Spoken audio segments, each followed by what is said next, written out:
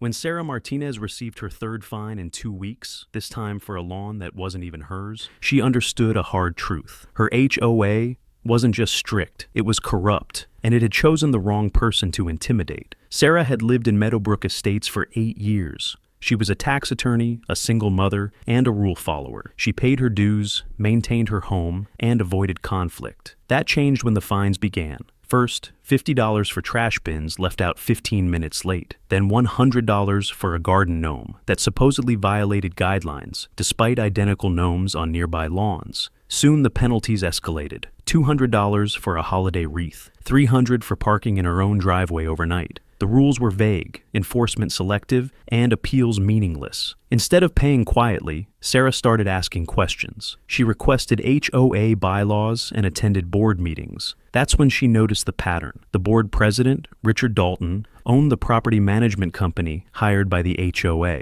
That same company collected the fines and billed the association thousands each month. Dalton's wife had also received a paid landscape consulting contract. What looked like mismanagement was actually a scheme. Sarah filed formal complaints and gathered proof of conflicts of interest. She convinced 12 homeowners to sign a petition demanding Dalton's removal. The board rejected it without explanation. Retaliation followed immediately. Her fines doubled. She was cited for an unapproved paint color that had been unchanged for years. Then came a lien notice threatening foreclosure. Violation letters appeared constantly on her door. Her 13-year-old daughter asked if they were going to lose their home. Fear turned into resolve. Sarah studied HOA law late into the night and filed public records requests. She uncovered years of selective enforcement and financial abuse aimed at homeowners who spoke up. Dalton relied on intimidation, assuming no one would fight back. Sarah decided she would. She took 3 decisive steps. First, she hired an attorney specializing in HOA disputes, choosing legal fees over extortionate fines. Second, she documented everything: emails, notices, financial statements, and rule inconsistencies, building a meticulous case. Third, she went public. Sarah created a private Facebook group for Meadowbrook residents. Within 2 days, dozens joined and shared nearly identical stories: phantom violations, inflated fines, and threats. Sarah then revealed financial records showing Dalton's company had overcharged the HOA and diverted fine revenue for personal gain. This was no longer a dispute. It was evidence of fraud. At the next board meeting, Sarah arrived with her attorney and a group of homeowners. She presented the documentation and cited multiple breaches of fiduciary duty. Her message was clear: resign immediately or explain everything to the state attorney general. Dalton threatened lawsuits, but the evidence spoke louder. Within a week, he resigned. 2 board members followed. An emergency election was held. The new board fired the management company, eliminated arbitrary fines, and